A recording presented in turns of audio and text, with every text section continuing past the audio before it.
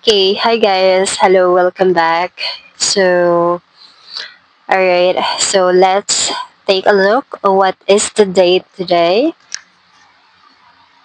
It is currently 13/11 or it's 1/11 and it is October 22, 2025. So, it is actually my second day of duty and so far so good.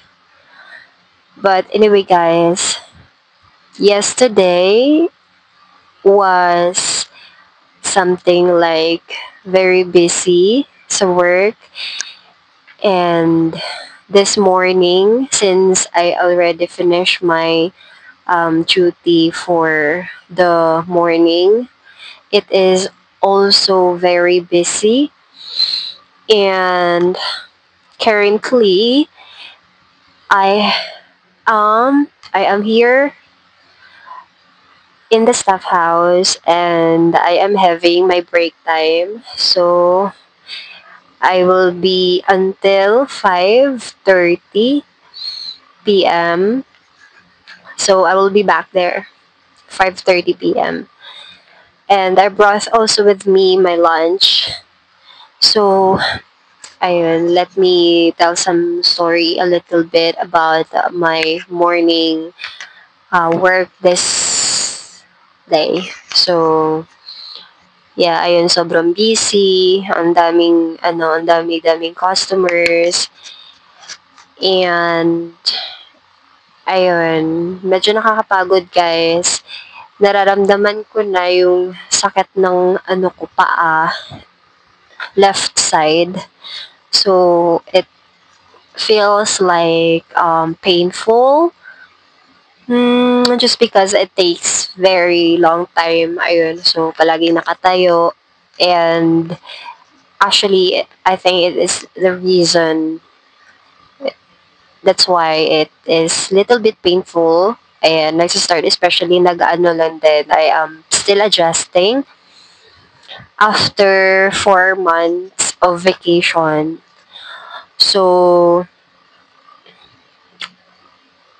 um, my back, ayun, including din dito na part guys sa taas, it is also a little bit painful, but it is fine. It is still fine because it's just only my second day. Ayan. So, yeah. And then yung update pa din, since it is my birthday on this coming very, very soon. So, I will not mention the date. Probably it is going to be my day off. So, I don't know where I am going on my birthday. But let's see. Probably I will be here or else I'm going to Kalibo. So it still depends. And yeah, so ayun, nakapaglaban na din ako. So nilaban ko yung 2 days uniform because I cannot wear it this evening duty on my evening duty.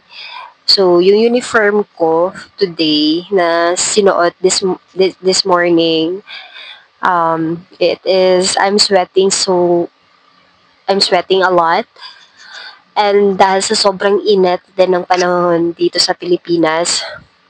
So yeah, nilaban ko siya and then I hung it after. So before my duty, I have to I have to get it from upstairs. Kasi for sure, very easy to dry because the quality of the clothes, parang silk ba na super easy to get dry. So, ayan nga guys. After this, ayan, actually, wala pala ako na mga upload because I made some compilation since my last day in our house, and yung time or yung day na nag-travel ako from our town pabalik dito. So, ayun. And yesterday, na-upload ko na actually, but I'm only using data. So, as you know guys, Philippine is it has a very, very poor internet connections. So, ayun. It is still uploading right now since kakabukas ko lang din ng data, or yeah, ng data ko dito sa phone, and my other cell phone is connecting, or this one that I am using right now as a camera. So, nakakonect lang to sa isa kong cellphone na merong load.